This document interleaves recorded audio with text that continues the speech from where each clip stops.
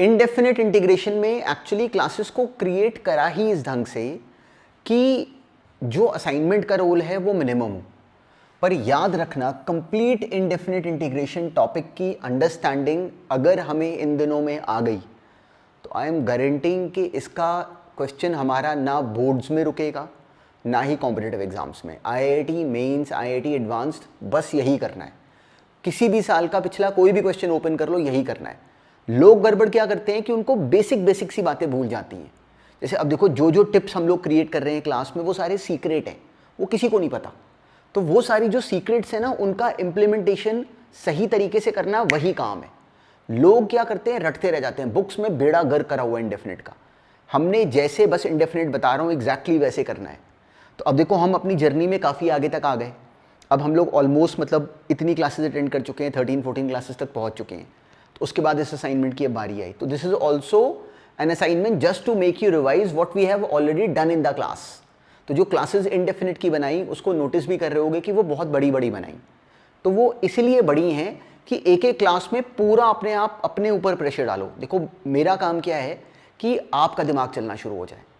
वो चलेगा कैसे? अगर अपने एंड पे एफर्ट मारोगे, खुद एफर्ट करना पड़ेगा। मेरे क्वेश्चन करवा देने से किसी का सॉल्व हो जाएगा, ऐसी किसी गलत फहमी में हमने नहीं रहना। इनडेफिनेट इंटीग्रेशन का सीक्रेट सॉस क्या है? जो ट्रिक्स बताई हैं उनको खुद अप्लाई करना। तो क्वेश्चन पे अगर 10-10 मिनट भी लगते हैं तो लगाना। देखो, अब जब टेस्ट हो तो टेस्ट के समय ना जो क्लास में जितने क्वेश्चंस करे उनको एक बार गो थ्रू करना कि क्या अब उन सिचुएशंस को बोल पाओगे। क्योंकि इनडेफिनेट एक्चुअली कैसे का, जिसमें अब हमने बार बार सुना है कि इसमें मेन काम क्या है, ये एग्जैक्टली रास्ता ढूंढो वाली गेम होती है। इनडेफिनेट इंटीग्रेशन क्या है? रास्ता ढूंढने वाली गेम। हमने ये बात कई बार सुनी है क्लास में। तो इसको अब ये नाम बिल्कुल ऐसे का है कि अगर किसी बाहर वाले बच्चे को बताओगे ना, उसको लगेगा ये क्या बोल रहे हैं, हमने तो कभी ऐसा सुना ही नहीं। पर हमें पता है कि इसका सही मतलब क्या है। जब हमें ये ऐसे आता है, जब हमें फर्स्ट स्टेप पे क्वेश्चन ब्रेक करना आएगा, तभी इनडेफिनेट का हम कोई भी क्वेश्चन कर पाएंगे। किसी भी ईयर का देख लो, आईआईटी 2002 में उस साल आईआईटी का जो एडवांस, पहले मेंस एडवांस अलग अलग, जो एडवांस वाला पेपर था वो इंटरेस्टिंग था। मतलब बहुत इजी पेपर डाला। एक ही क्वेश्चन था जो कि इनडेफिनेट का था और वो लोगों का फंसा था। और अगर हमें ये जो रास्ते सुन रहे हैं अगर वो समझ में आए तो हमारा वो सॉल्व हो जाता है इन अ मिनट। हमने इनफैक्ट करा हुआ है क्लास में वो डिस्कस। तो चलो एग्जैक्टली समझना कि this topic we are doing for any level. तो असाइनमेंट में जो क्वेश्चंस पे अगर ब्लॉक भी होते हो तो अपने आप को टाइम देना था। अगर हम लोग डायरेक्टली आ गए असाइनमेंट की डिस्कशन पे तो हमें कुछ नहीं आएगा। जो क्वेश्चन हमारे सामने आए, अगर अभी भी अटेम्प्ट करने से ब्लॉक्ड हो तो पहले बिल्कुल अपने आप अटेम्प्ट करना। That is the most important thing. तो चलो डिस्कशन शुरू करते हैं फ्रॉम द फर्स्ट क्वेश्चन। ये थी टर्म, हमें डायरेक्टली क्या गिवन था कि ये एक्सप्रेशन है sin x upon sin x minus alpha. तो अब हमें इसको देखना आता है कि हमने इंटीग्रेट करना था sin x upon sin x minus alpha dx। ये एक्सप्रेशन थी। तो अब हमें ये थॉट क्लिक करता कि इसको करें कैसे। वैसे बहुत सिंपल है, हमने करा हुआ है। तो अब एक थॉट ये माइंड में आता कि एक बच्चा कहता ऊपर sin x dx लिखा हुआ है, देखो उसको सोचते कैसे, dx यहाँ नहीं dx ऊपर है। तो sin x dx देखते ही मुझे क्लिक करना चाहिए कि एक थॉट ये आता है कि मैं cos x को t पुट करा दूं। क्यों? फिर sin x dx dt हो जाएगा। पर वो करने से ये टर्म इजी नहीं बनेगी। और अपना गोल्डन रूल क्या है इंटीग्रेशन में? सिंप्लीफिकेशन। सब्स्टिट्यूशन करते समय याद रखना, मैं वो सब्स्टिट्यूशन करूंगा जिससे कि मेरा क्वेश्चन शुरू से राइट ब्रेक हो। ये सबसे इंपॉर्टेंट स्टेप है। First step is the most important step in indefinite integration. ये हमने कई बार सुना है क्लास में। तो ये क्वेश्चन वैसे सिंपल था, मेरे मन में आया कि मैं x माइनस अल्फा को t ले लूँ, फिर डिफ्रेंशिएट करके dx आ गया dt, तो बन गया simply sin t plus alpha upon sin t। अब ये मैं जानता हूँ, ये मुझे आता है, क्योंकि मैं इसको सिंपली एक्सपैंड कर लूँगा। sin t cos alpha plus cos t sin alpha. sin t cos alpha के नीचे ये cos अल्फा आ गया, यहाँ पे sin alpha cot t dt। ये बनी टर्म। अब cos अल्फा कॉन्स्टेंट है। cos अल्फा कई बच्चे इंटीग्रेट करके sin अल्फा लिख देते हैं, तो ज़बरदस्ती पेपर में गलत कराने को गए वो। cos alpha is a constant, जैसे 5 होता है, 5 का इंटीग्रेशन क्या होता है? 5t। तो cos अल्फा का इंटीग्रेशन क्या होगा? t cos alpha. t cos alpha plus sin alpha into cot t का integration log of sin t plus c। ये आंसर है। सिंपली बस यहाँ पे t की वैल्यू वापस डाल दो, t की जगह लिख दो x माइनस अल्फा। बहुत माइनर मिस्टेक्स होती हैं, पर डिस्कशन को बिल्कुल एंड तक देखना कि इसमें कोई बात ऐसी तो नहीं जो हमारे दिमाग में भी गलती की तरह फंसी हुई है और हम लोग भी उसको मिस्टेक के फॉर्म में करते हो, हमें पता ना चलता हूँ। अब ये भी हमारा नोन फॉर्मेट था, 2 क्वेश्चन है, दोनों देख लेते हैं एक साथ। इस वाले में क्वेश्चन में हमें टर्म गिवन थी, दोनों को नोटिस करना। देखो इंपॉर्टेंट एस्पेक्ट क्या है कि हमें ये समझ में आ जाए कि मैं कैसे सोच रहा हूँ, कैसे बोलता हूँ क्वेश्चंस को। अब ये मैं जानता हूँ sine x minus alpha cos x minus beta, ऐसे के क्वेश्चन हमने लास्ट असाइनमेंट में भी करे थे डिस्कस। अब देखो यहाँ पे sine x minus alpha cos x minus beta है, तो इसको मैंने साइन बीटा माइनस अल्फा से मान लो ऊपर नीचे मल्टीप्लाई डिवाइड करा, तो उसमें गड़बड़ हो जाती। इस केस में जो करना चाहिए था that was through cos beta minus alpha. क्यों करते कॉस बीटा माइनस अल्फा से? हमने यहाँ पे देखो ये कांस्टेंट है, कांस्टेंट को हम बाहर ला सकते हैं इंटीग्रेशन से, कांस्टेंट को बाहर ला सकते हैं, वेरिएबल को थोड़ी बाहर ला सकते हैं। तो अब यहाँ पे जो ऊपर वाला ये देखो, ये कॉस अंदर अंदर देखो तो ये बीटा माइनस अल्फा ही लिखा हुआ है, उसको मैंने जानबूझ के अपने फॉर्म में लिख लिया x minus alpha minus x minus beta. अब इसको एक्सपांड कर लिया, एक्सपांड करा simply cos A cos B plus sign A sine B, इससे डिवाइड करा, ये क्वेश्चन ये बन गया। हमने ये स्टेप करा इसलिए था। तो अब इन दोनों का इंटीग्रेशन हमें आता है। कॉट एक्स का इंटीग्रेशन क्या होता है? Log of sine x. तो कॉट एक्स माइनस अल्फा का इंटीग्रेशन क्या होगा? Log of sine of x minus alpha. बिल्कुल हमें ये पता है, फॉर्मूला ब्रेक करना हमें आता है, तो that was not a tricky question. तो अब सिंपली ये बन गया सिंपली टैन। अब एग्जैक्टली ऐसे ही अब ये क्वेश्चन देखो, नेक्स्ट था 1 plus tan x into tan x plus alpha. Main काम कहाँ पे होता है इंडेफिनिट में? First step. ये बात हमने कई बार सुनी है। क्या है वो फर्स्ट स्टेप? फर्स्ट स्टेप है कि मुझे क्वेश्चन को कन्वर्ट करना है एक ऐसे फॉर्म में, हमेशा याद रखना, कई बार देख चुके हो, और अगर ये बात हमें समझ में आ गई, हमें बोर्ड्स में या कॉम्पिटिटिव एग्जाम में वो कोई भी नया क्वेश्चन देंगे, यू वुड बी सरप्राइज कि बच्चे क्यों नहीं कर पाते, क्योंकि वो रेडी नहीं होते नए क्वेश्चन को पढ़ने के लिए। हम रेडी होके जाएंगे, हमने रटना नहीं है कि हम सारी बुक्स करके जाएं, हमें कोई भी क्वेश्चन दो, हमसे होना चाहिए सॉल्व। तो जो बात सिखाई जा रही है उसको समझो। बिल्कुल पहले स्टेप पे क्वेश्चन हमेशा ऑकवर्ड होगा। देखो ये नया क्वेश्चन है, हमने वैसे करा हुआ है क्लास में, पर चलो 1 प्लस, अब इसको मुझे ब्रेक करना है कि ये मुझे कहाँ करवाया गया, एग्जामिनर ने कैसे बनाया है क्वेश्चन। तो मुझे दिखाइए 1 प्लस टैन ए इंटू टैन बी, ऐसी टर्म लिखी हुई है ना ये, 1 plus tan A tan B. तो मैंने अपनी अंडरस्टैंडिंग को ढूंढा कि कहाँ पड़ा हुआ 1 plus tan A tan B. तो अगर ये ए है, एक्स प्लस अल्फा अगर ए है और ये एक्स अगर बी है, तो 1 plus tan A tan B याद आता है, हमने टैन ए माइनस बी के फॉर्मूले में देखा होता है। टैन ए माइनस बी कितना होता है? Tan A plus tan B upon tan A minus B, tan A minus tan B upon 1 plus tan A tan B. वहाँ से अगर मैं 1 plus tan A tan B निकालूँ तो वहाँ जाएगा tan A minus B upon tan A minus tan B. ये करना, मतलब tan A minus tan B upon tan A minus B. Simply ये बन गया tan A minus tan B upon tan of A minus B. देखो इसमें ए मैं बोल रहा हूँ एक्स प्लस अल्फा को और इसको बोल रहा हूँ एक्स। तो मैंने एक्चुअली इसका फॉर्मूला एक्सपैंड करा और सिंपली उसमें से 1 plus tan A tan B को अलग कर लिया, तो ये बन गया। अब टैन अल्फा कांस्टेंट है, इसको बाहर लिख लिया। टैन एक्स प्लस अल्फा का इंटीग्रेशन हमें आता है, टैन एक्स का इंटीग्रेशन लॉग ऑफ सीकेंड एक्स, तो हो गया log of सीकेंड x plus alpha minus log of सीकेंड x. ये था कंप्लीट लॉजिक। इसी के साथ ना, जैसे मतलब कई बच्चे ना, देखो एक इस मिस्टेक से समझना, किसी बच्चे ने मुझे ये क्वेश्चन ला के दिखाया रूट ई की power x minus 1 D x. उसके मन में भी ये थॉट आया, उसके मन में ठीक है, मतलब हमारा माइंड करना है, हमारा मेन टारगेट क्या होता है? सिंप्लीफाई करो। तो मैं क्या इसको देखता कैसे हूँ कि अजीब टर्म को हटाओ।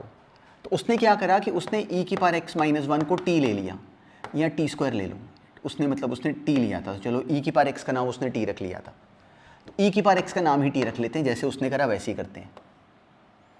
इससे ना एक गलती समझ में आएगी। ई की पावर एक्स डी एक्स हो गया डी टी, तो ये क्वेश्चन क्या बन गया? ये आ गया under root of T minus 1, इसकी जगह आ गया root T minus 1, D X की जगह क्या आ जाएगा? डी टी अपॉन ई की power X, D T upon E की पावर एक्स। तो अब जो ई की पावर एक्स है ना, उसको वो बच्चा बाहर ले गया था, उसने उसको यहाँ पे लिख लिया।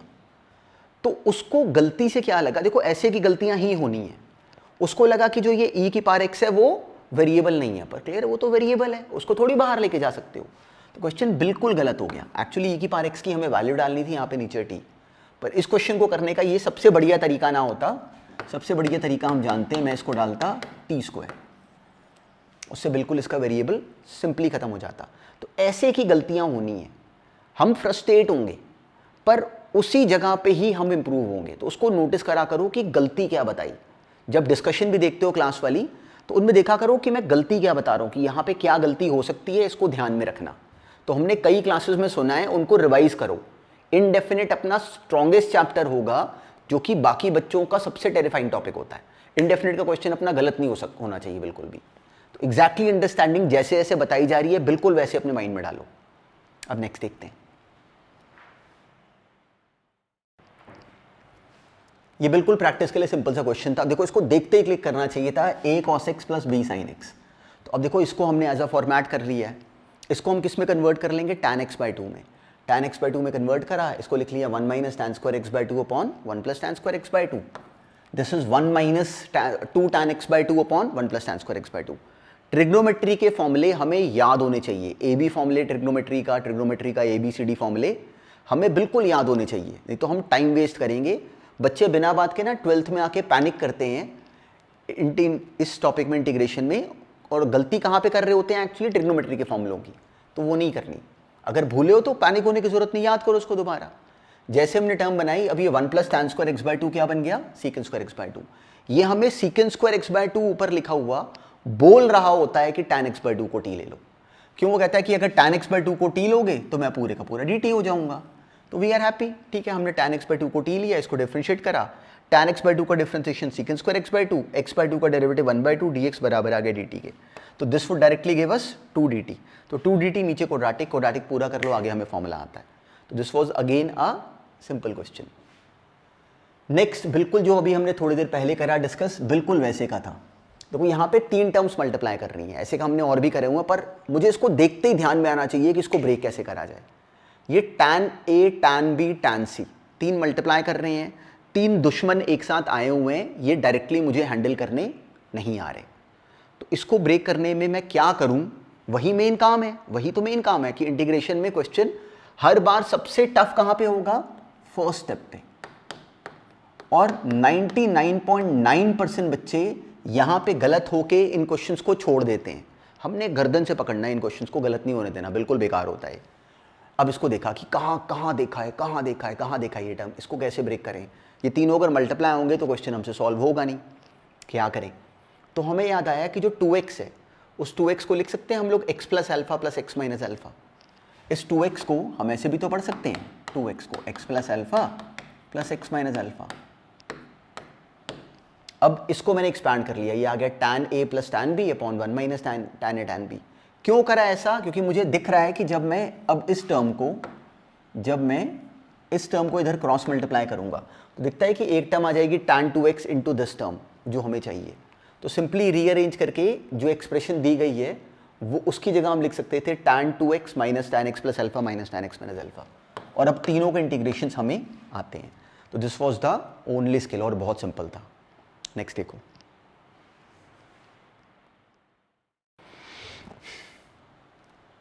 बिल्कुल सिस्टमैटिक। देखो अब ये क्वेश्चन है, इस क्वेश्चन में देखो हमने क्या सीखा था, हमने करा हुआ वैसे 1 प्लस एक्स की पावर 4 को या तो इसको t लेने का मन करता, इसको t लेने का, या t की पावर 4 लेने का मन करता। क्यों, क्योंकि अपना गोल्डन रूल कहता है कि सिंप्लीफाई करो।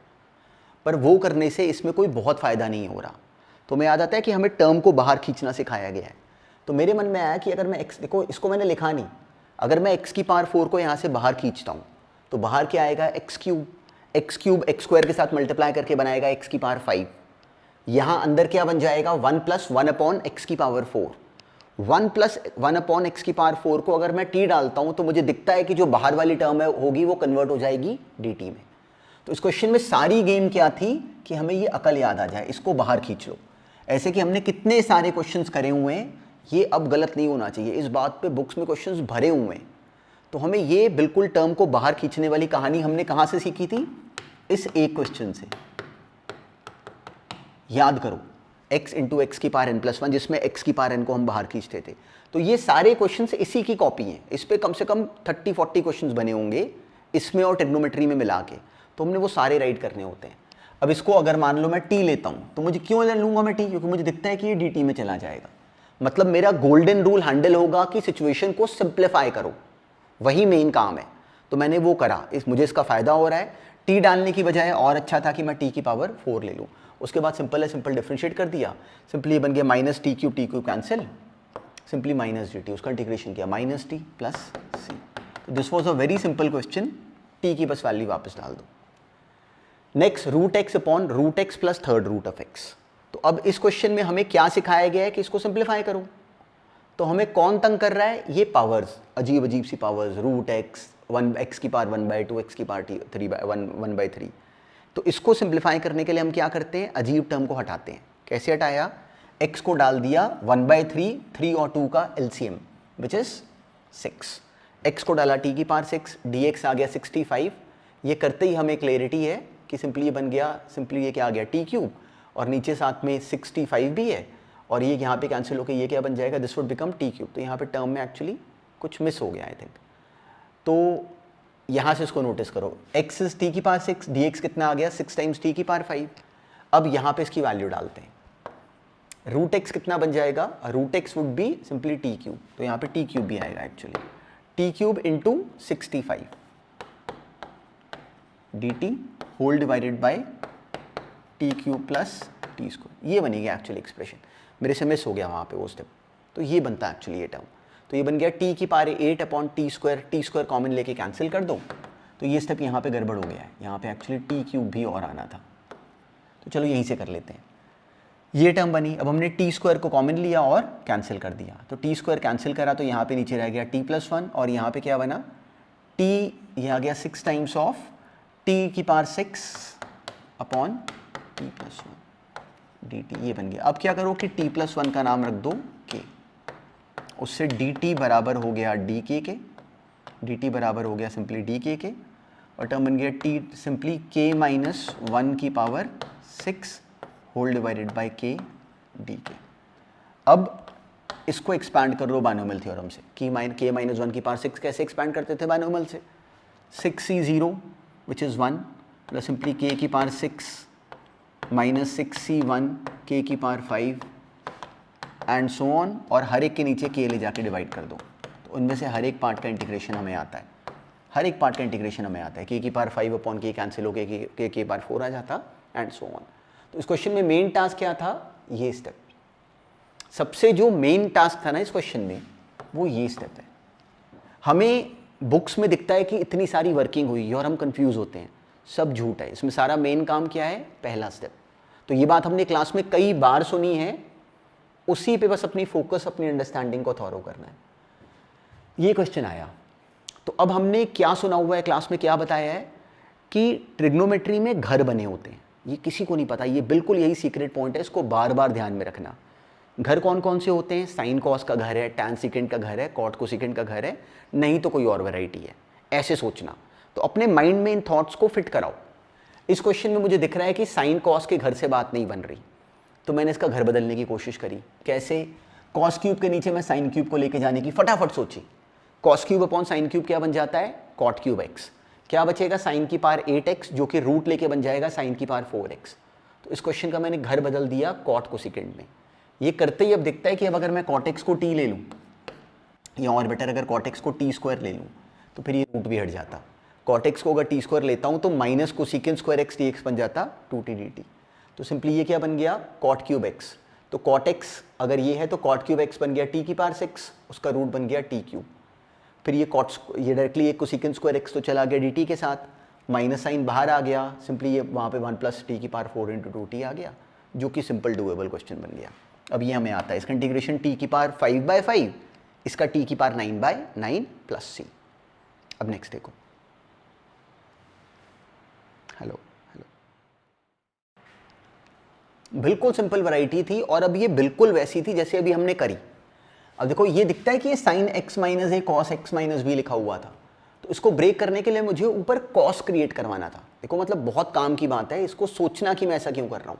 मैंने ऊपर लिख लिया कॉस x माइनस π/3, तो एक्चुअली ये क्या लिखा हुआ है, कॉस π/3, जो कि कांस्टेंट है। तो मैंने कॉस π/3 से मल्टीप्लाई और कॉस π/3 से डिवाइड करा। ये था इस क्वेश्चन में करने वाला पहला स्टेप। तो अब जब कॉस π/3 से मल्टीप्लाई डिवाइड करा तो एक ही बात है, कांस्टेंट से कर सकते हैं। तो जब हमने ये करा उसके बाद सिंपली इसको एक्सपैंड कर दिया, cos A cos B plus sign A sine B, 2 terms बन गई, कॉस π/3 होता है 1/2, तो यहाँ पे 2 आ गया। तो सिंपली अब इसका इंटीग्रेशन हम जानते हैं, log of sine of x minus π/3 plus log of sine of x plus C, तो ये होता है इसका कंप्लीट सॉल्यूशन। ये सिंपल है sin 2x dx। अब देखो यहाँ पे ऊपर लिखा हुआ sin 2x dx बोल रहा है कि इस पूरे को t ले लो। साइन स्क्वायर x का डेरिवेटिव क्या होता है, simply 2 sin x cos x, मतलब sin 2x dx ये बराबर हो गया dt के। तो एक सेकंड में क्वेश्चन क्या बन गया, dt/t। तो ये बहुत सिंपल था, log t प्लस c, ये आंसर है। नेक्स्ट बिल्कुल सेम है, हमने लास्ट क्लास में भी करा है, इस पर टाइम नहीं लगाते। सेकेंड की पावर 4 3x करा हुआ है, पर सुन लो इसमें अब हमें सीकेंड स्क्वायर x का इंटीग्रेशन आता है। तो हमने इसको तोड़ लिया, सीकेंड स्क्वायर 3x इंटू एक और सीकेंड स्क्वायर 3x, दूसरे वाले को लिख लिया 1 + tan स्क्वायर 3x। अब मुझे ये आता है और मुझे अलग से ये भी आता है। अकेला सीकेंड स्क्वायर 3x का इंटीग्रेशन हमें आता है, और जो tan square x into secant square 3x है, अब ये क्लियर है कि ये f' इंटू fx की पावर n वाला फॉर्म बन गया, fx की पावर n इंटू f'। तो मुझे ये भी आता है, मुझे ये भी आता है। तो अगर दोनों पार्ट्स आते हैं तो जो मैंने तरीका लगाया वो सही है। अब इसको इंटीग्रेट हम लोग कर लेंगे। इसका इंटीग्रेशन क्या बन जाएगा, सिंपली अब यहाँ पे tan 3x को t ले लो, डायरेक्टली ये पार्ट सॉल्व हो गया। इसका इंटीग्रेशन डायरेक्टली tan 3x/3 भी बनता, क्योंकि देखो यहाँ पे 3 है, तो सीकेंड स्क्वायर 3x का इंटीग्रेशन क्या बनता है, tan of 3x whole divided by 3, क्योंकि यहाँ पे देखो सीकेंड स्क्वायर ax है, तो उस a को हम नीचे डिवाइड भी करेंगे। याद रखना एक बात और, याद रखना क्या होता है कि अगर मान लो, और ऐसा कई बार हुआ, एक बच्चे को मान लो मैंने क्वेश्चन दिया, सिंपल तो कोई क्वेश्चन दिया, उसने उस क्वेश्चन को मेहनत से 4 हिस्सों में ब्रेक कर लिया, उसको लगा कि उसके 4 पार्ट्स बनेंगे। उन 4 पार्ट्स में से उसने ये वाला पार्ट और ये वाला पार्ट सॉल्व कर लिया, ये दोनों उसके नहीं हुए, ये दोनों उसके नहीं हुए, तो वो मेरे पास कॉपी लेके आ जाते हैं बच्चे की, ये 4 पार्ट्स हैं, इनमें से मैंने ये इस क्वेश्चन के मैंने ये 4 हिस्से बना लिए, आगे ब्रेक होकर ये 4 पार्ट से बन गया, जैसे ये वाला 2 पार्ट से बन गया ना। तो वो फिर मेरे से पूछते हैं कि अगर यहाँ पे 4 पार्ट्स बन गए तो इन 4 पार्ट्स के बनने में मेरे से 2 हो गए, बस 2 नहीं हुए, ये 2 हो जाए तो क्वेश्चन सॉल्व हो गया। अब बताओ मुझे कितने मार्क्स मिलेंगे। तो मेरा सिंपल सा जवाब होता है कि देख भाई, मैंने तेरे से एक क्वेश्चन पूछा और तूने मेरे से बदले में 2 क्वेश्चंस पूछ लिए। मैंने तेरे से एक क्वेश्चन पूछा, तूने मेरे से बदले में 2 क्वेश्चंस पूछ लिए, तो मार्क्स मुझे देने चाहिए कि मार्क्स मुझे और पिछले वापस लेने चाहिए। तो इस तरह की गलती नहीं करना। इंडेफिनिट में यू कांट जस्टिफाई कि मैंने एक क्वेश्चन को आगे लाके यहाँ पे फंसा लिया। अगर इसका एक भी पार्ट आगे नहीं हो रहा, मतलब आपका क्वेश्चन पूरा शुरू से गलत है मेथड। कुछ और सोचो, छोड़ना नहीं है क्वेश्चन, मतलब कुछ और सोचो, कोई नया रूट सोचो। याद रखना ये बहुत कॉमन फिनोमेना है, क्योंकि जो चैप्टर हमने अब से पहले करे होते हैं उनमें कभी ऐसा होता नहीं है। इनडेफिनिट में यही स्किल है, यही स्किल है, आइस ब्रेकिंग स्टेप। पहले स्टेप पे क्वेश्चन को तोड़ना इज द मेन स्किल। ये कहीं लिखा नहीं हुआ तो लोग इस बात को समझ नहीं पाते और फंस जाते हैं। वहीं पे हमने बिल्कुल जीनियस वाले एटीट्यूड में आना है, हमें पता है कि यहीं फंसाना है, तो वही रास्ता जज करना इज द मेन टास्क। अब नेक्स्ट देखो, हेलो, ये एग्जैक्टली सेम क्वेश्चन डाला था जैसा अभी सेकंड की पावर 4x करा ना, तो कोसेकेंड की पावर 6x, हमें कोसेकेंड स्क्वायर x आता है, तो हमने इसको तोड़ लिया, cosecant square x into cosecant की पावर 4x। अब इसका जोड़ीदार कौन है, कॉट। तो हमने कोसेकेंड स्क्वायर x को पढ़ा 1 + कॉट स्क्वायर x, तो ये 1 + कॉट स्क्वायर x का होल स्क्वायर बन गया, वो हमें उसके बाद आता है। अब सिंपली इसको एक्सपैंड कर लो, ये बनी टर्म। अब इसमें दिखता है कि इसका हर पार्ट हम जानते हैं। एक बन गया 1 इंटू कोसेकेंड स्क्वायर x, वो हमें आता है, प्लस नेक्स्ट बना कॉट की power 4x into cosecant square x, हमें वो भी आता है। क्यों, देखो ये f' इंटू fx की पावर n है dx, plus 2 times cot square x into cosecant square x, हमें ये भी आता है। क्यों, फिर से ये f' है और ये fx की पावर n है। तो अब ये पार्ट्स हमें तीनों नोन है, तो क्लियर है, बात खत्म। हम इन तीनों को इंटीग्रेट कर सकते हैं। This is minus cot x, this would be minus sine के साथ कॉट की पावर 5x/5, और this would be minus cot cube x/3 plus c। देखो याद रखना, इनडेफिनिट में पहली क्लास में मैंने क्या बार बार सिखाया कि ये गलतियां नहीं करनी। सबसे पहले वो गेट बंद कराया कि ये नहीं करना, तो सुनने के बाद भी वो गलतियां करोगे, which is a very common phenomena. तो उसको लेके वरीड नहीं होते, सीखो बार बार। मतलब बच्चे पता है कैसे कैसे की गलतियां करते हैं। dx अपॉन रूट एक्स, इसका इंटीग्रेशन लिख देंगे log ऑफ रूट एक्स। मैं पूछता हूँ कैसे करा, तो वो कहते हैं 1 अपॉन एक्स वाला फॉर्मूला लगाया। तो उनको भूल जाता है कि यहाँ पे ये फॉर्मूला अप्लाई नहीं होना था। किसी बच्चे की कॉपी में टर्म लिखी होती है, जब टेस्ट होगा ना तो ऐसे की गलतियाँ करोगे, एक्स की पावर -1 का इंटीग्रेशन करोगे, इसमें एक्स की पावर -1 + 1 अपॉन -1 + 1 लगा दोगे। मैं पूछता हूँ ये क्या करा, क्या ये ऐसे करना था? नहीं, क्योंकि ये तो 1 अपॉन एक्स है, उसका इंटीग्रेशन क्या होता है log x। तो इन बातों को हमने सही तरीके से अप्लाई करना है कि जो फॉर्मूले बताए गए हैं उनकी एप्लीकेबिलिटी कैसे है, उनको बिल्कुल जैसे बताया गया है उतने फॉर्मेट में याद रखना। जो क्लासेस में बना के काम डाला है उतने क्वेश्चंस बिल्कुल उसी फॉर्मेट में हमें चाहिए, अपना क्वेश्चन नहीं रुकेगा। तो इसलिए बिल्कुल टेस्ट से पहले उनको भी एक बार गो थ्रू करना कि उन बातों को बोल पाओगे अब दोबारा तो एग्जाम में मुश्किल नहीं आएगी। अब नेक्स्ट देखो, हेलो, ये सेम ही था जो भी हमने करा, सिंपली हमें दिखता है कि x को क्या डाल दोगे, t की पावर 6, तो बस उसी का रिवीजन था। इसके बाद अब यहाँ से टर्म को कैंसिल कर दिया और एक्चुअली डिवाइड कर दोगे, फिर यहाँ t + 1 को k डाल दोगे। ये भी सिंपल था पर नया था, पर इसमें सबसे पहले हमारे माइंड में क्या आना चाहिए था, अजीब टर्म को हटाओ। तो मेरे मन में ये थॉट आता कि इसको t ले लो, या और बेटर है कि इसको t² ले लो।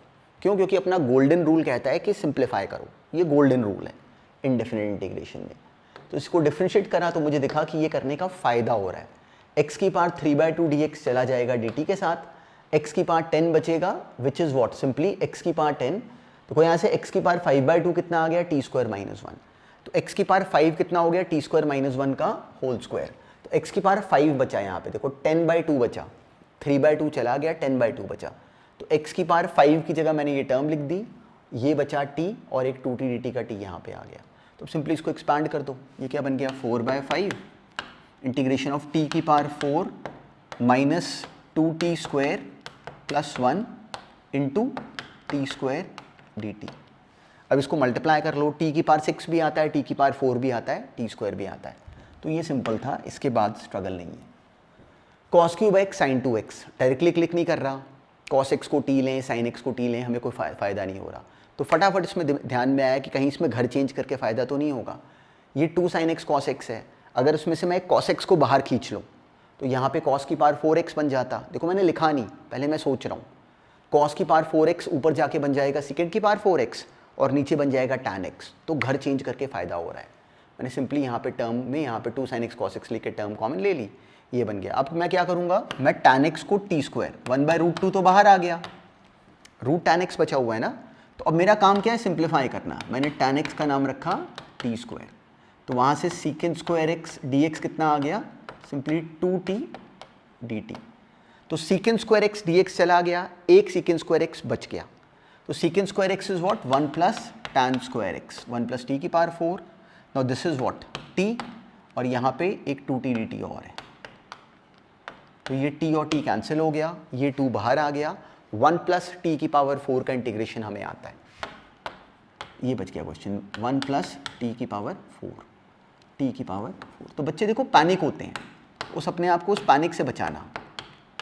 इसका इंटीग्रेशन क्या होगा, t + t की पावर 5/5 + c, √2 बाहर, t की वापस वैल्यू डाल दो, tan x, root of tan x, वो डायरेक्टली अपना आंसर है। नेक्स्ट बिल्कुल सेम तरह का, देखो लिखा क्या हुआ, 1 + x की पावर 1/3। देखो इसको समझना, मुझे 1 + x की पावर 1/3 और नीचे क्या लिखा हुआ, x की पावर 2/3। इसमें दिखता है कि x की पावर 1/3 को t लेके फ़ायदा होगा, क्योंकि उसका डिफ्रेंसिएशन सोचो। x की पावर 1/3 का डेरिवेटिव क्या बनेगा, 1/3 x की पावर -2/3 dx, और वो डिनोमिनेटर में लिखा हुआ है। तो और बेटर मैंने इस पूरे के पूरे को t लेने की बजाय t² ले लिया, उससे रूट भी खत्म हो गया। डायरेक्टली इस क्वेश्चन का फॉर्मेट बन गया बिल्कुल सिंपल, विच इज 60²। इसका इंटीग्रेशन हमें आता है। तो this was a very simple question, बस केवल प्रैक्टिस के लिए था। ये फिर से घर चेंज करने वाला क्वेश्चन। इसमें सिंपली क्या करा कि मैंने cos की पावर 12x को बाहर, सिंपली sin की पावर 12x को बाहर कॉमन ले लिया। sin की पावर 12x इसमें से बाहर कॉमन लिए जाने पे sin की पावर 4x बना, तो इसका घर बदल दिया cot को सेकेंड में। अब ये हो जाएगा सॉल्व जैसे अभी हमने पहले करा। cot x का नाम रख लो t², कोसेकेंट² x dx गया अपने मामा जी के घर, जो बचा कोसेकेंट² x उसकी वैल्यू डाल दो और बहुत सिंपल क्वेश्चन बन जाएगा। मेन टास्क क्या था कि इस टर्म को ब्रेक कर पाओ, इसको t² नहीं लेना चाहिए था, इसको t³ लेना चाहिए था, क्योंकि देखो यहाँ पे क्यूब रूट है। तो जब मैं इसको टी क्यूब डालूंगा तो ये सिंपली टी बन जाएगा, उसके बाद सिंपल है। तो मेन टास्क क्या था, ये कर पाना। चलो इसको कंप्लीट कर लेते हैं। ये बन गया minus cosecant square X D x which is 3t square D T, ये बनी टर्म। यहाँ से क्या बन गया, माइनस एक cosecant square X D X चला गया, एक कोसिकेंट स्क्वायर एक्स बच गया। Cosecant square X cot X is T cube, तो cot square X is T की पावर 6, तो cosecant square X is 1 plus cot square X. ये टी क्यूब का third root which is T into साथ में 3t square D T. Minus sine मैंने पहले ही बाहर लगा दिया, तो ये t और एक t कैंसिल हो गया, ये आ गया -3 बाहर, integration of t plus T की पावर 7 dt, और ये हमें दोनों आते हैं। This is t square by 2 plus T की पावर 8/8 प्लस c, टी की वैल्यू डाल दो वापस। ये हमारा बिल्कुल पसंद का फॉर्मेट है। अब देखो ये हमें देखते ही पकड़ में आना चाहिए। देखो मैंने याद कराया है, साइन 2x की जोड़ी होती है cos x plus sine x, denominator में साइन 2x हो या फिर cos x minus sine x के, उसको हमने हैंडल करा हुआ है। तो ये हमें देखते ही पहचान में आना चाहिए था कि ये वही फॉर्मेट है।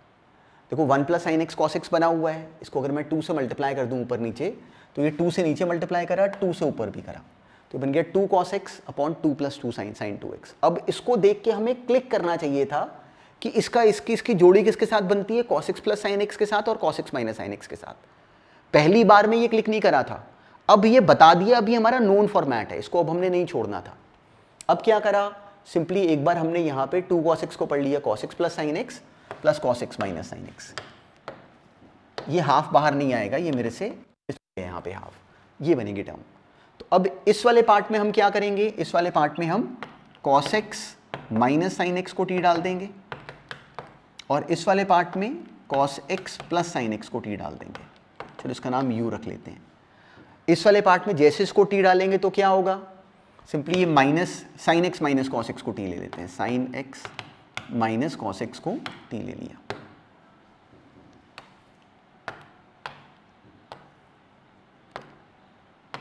तो this would give us simply cos x plus sine x dx would become dt, ये पूरा dt बन गया, ऊपर अकेला dt रह गया। ये पूरा हमने लिया ही इसलिए ताकि कि ये पूरी टर्म डिफ्रेंशिएट करते ये पूरी की पूरी dt बन जाए।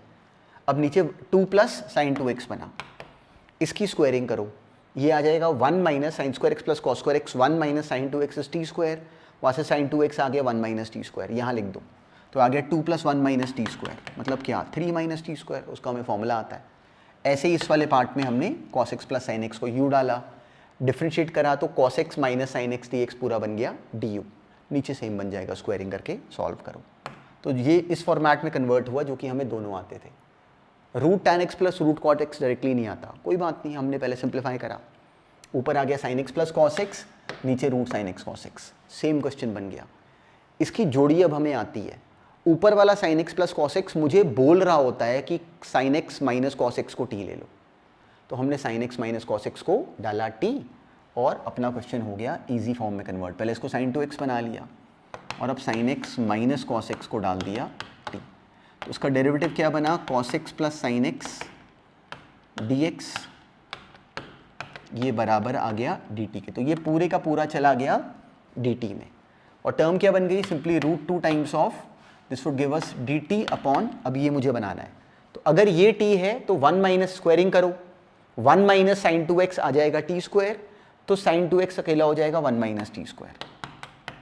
ये बन गया क्वेश्चन, और ये हमें आता है, ये क्या बन गया, sine inverse t, simply this is root 2 times of sine inverse t, t की वापस वैल्यू डाल दो, वो अपना आंसर है।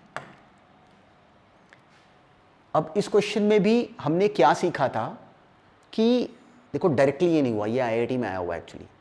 इंटीग्रेशन वो स्ट्रेंज टॉपिक है जिसमें कहीं लिखा नहीं हुआ कि हमें जिस चीज़ को रैशनलाइज करके बेनिफिट होता है वो एक्चुअली न्यूमरेटर है, कहीं लिखा नहीं हुआ, ये भी हमने एज अ रूल पकड़ा। तो हमने इसके न्यूमरेटर को रैशनलाइज करा, ऊपर बना लिया साइन x माइनस अल्फा, नीचे रैशनलाइज करके साइन x प्लस अल्फा, वो आ जाएगा sine square x minus sine square alpha.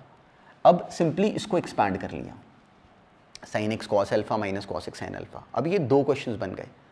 अब इस वाले पार्ट में हम क्या करेंगे, देखो यहाँ पे ऊपर साइन x dx लिखा हुआ है, कॉस अल्फा तो कांस्टेंट है, इस वाले पार्ट में हम cos x को डाल देंगे t, तो cos x को t लेने का फायदा क्या होगा, minus sine x dx would become dt, तो आ जाएगा माइनस कॉस अल्फा कांस्टेंट है, उसको बाहर लिख दो, ये बन गया dt, sine x D x पूरा बन गया d T. Now cos x is T, तो ये बन गया 1 माइनस टी स्क्वायर, तो 1 माइनस साइन स्क्वायर अल्फा कर लो, वो आ जाएगा कॉस स्क्वायर अल्फा, तो ये सिंपली आ जाएगा cos square alpha minus t square, cos square alpha minus t square. अब ये हमारा फॉर्मूला बन गया 1 upon a square minus x square, क्या होता था sine inverse of x by, याद करो फॉर्मूला।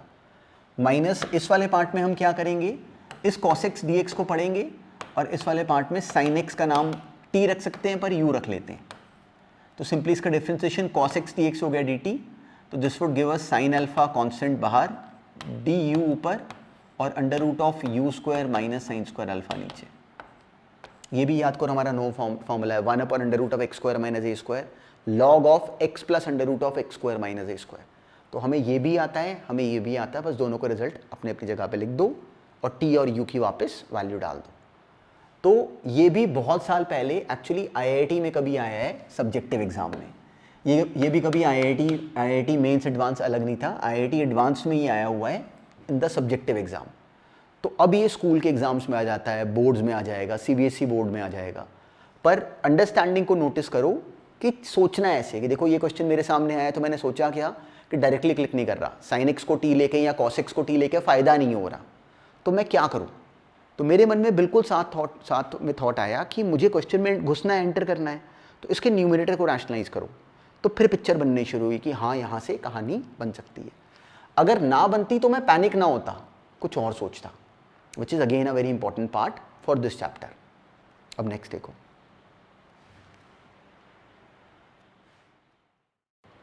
हेलो, ये भी सिंपल है, अब हमने करा भी हुआ है, बिल्कुल सेम पैटर्न है। देखो उसका घर बदला, अब ऐसे का सेम क्वेश्चन आईआईटी में आया है, हमने क्लास में भी करा है, स्कूल के एग्जाम में भी आ जाएगा। ये क्वेश्चन याद करो, हमने क्वेश्चन करा होता है sine cube x into sine x plus alpha. ये आईआईटी में आया था कभी बहुत साल पहले सब्जेक्टिव एग्जाम में। ये एग्जैक्टली इसी की कॉपी है क्वेश्चन, सेम कहानी है, डायरेक्टली इससे बात नहीं बन रही तो इसका घर बदल दो। यहाँ पे हमने साइन एक्स बाहर कॉमन लिया, ये बन गया साइन की पावर 4x, अंडर रूट के बाहर आके हो गया साइन स्क्वायर एक्स, ऊपर जाके बन गया कोसिकेंड स्क्वायर एक्स। तो इसका हमने घर बदल दिया, इसको कॉट कोसिकेंड में कन्वर्ट कर दिया और अब इसका नाम रख दिया टी स्क्वायर। उसके बाद क्वेश्चन में कोई ट्रिक नहीं, सिंपली माइनस डी टी बच गया अकेला, जो कि ईजिली इंटीग्रेट हो जाता। पर नोटिस करो कि इसमें मेन स्टेप क्या था, इस क्वेश्चन का मेन स्टेप क्या था, ये कि हम इसका घर चेंज करने की अंडरस्टैंडिंग को पकड़ पाए। और ये छोटी बात नहीं है, लोगों को इंडेफिनिट पे वो बुक्स में अपने आप को इतना ख़राब कर लेते हैं कि बुक में इतना लंबा चैप्टर है कि उनको समझ नहीं आता कि कहाँ से सिरा पकड़ना है। तो जो मेन जो thought which we have to catch is this कि we should be able to understand the points which have been told. वो सारी ट्रिक्स हैं, तो उनको रिवाइज करो, वो माइंड में बैठ जाती हैं, मतलब कोई स्पेशल बात नहीं है, पर सुनने के बाद एक बार हाथ से निकालो, which is again a very important part. बिना करे नहीं होगा सॉल्व, तो एग्जैक्टली करके ही इसमें बात बननी है। चलो, so this brings us to the end of this discussion. Indefinite में ना, इनडेफिनिट पे अब देखो, अब ये एडवांटेज है।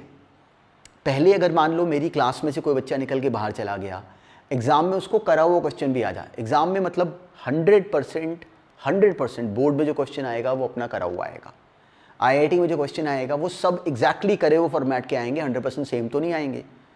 पर कुछ भी नया नहीं होता, एक भी साल नहीं ऐसा हुआ कि इंडेफिनिट में नया क्वेश्चन आए। तो अब पहले बच्चों के पास ये एडवांटेज नहीं होता था कि वो उन क्लासेस को रिवाइज कर पाएँ, तो इनको रिवाइज करो। रिवाइज भी ना बिल्कुल दोबारा एक एक वर्ड मत सुनो, बहुत तेज़ गो थ्रू करो क्वेश्चंस को जो क्लास में दिए, कि क्या वो क्वेश्चन अब सॉल्व हो पाएंगे जो मैंने क्लास में करवाए हैं, फटाफट देखो। तो अगर मान लो 10 क्लासेस को रिवाइज करो तो 2 दिन में 10 क्लासेस रिवाइज कर लो, उस स्पीड पे करना कि क्वेश्चन हो पा रहे हैं। किसी क्वेश्चन पे ब्लॉक हो गया, उसको अपने हाथ से निकाल के देखो। अपने हाथ से निकालने पे वो थॉट हमारे माइंड में बैठ जाता है 1 मिनट में कि कैसे करना है। उसके बाद किसी भी बुक से क्वेश्चन करोगे वो होने ही होने हैं सॉल्व। चलो, अब डायरेक्टली टेस्ट में बढ़िया स्कोर लाने की करना।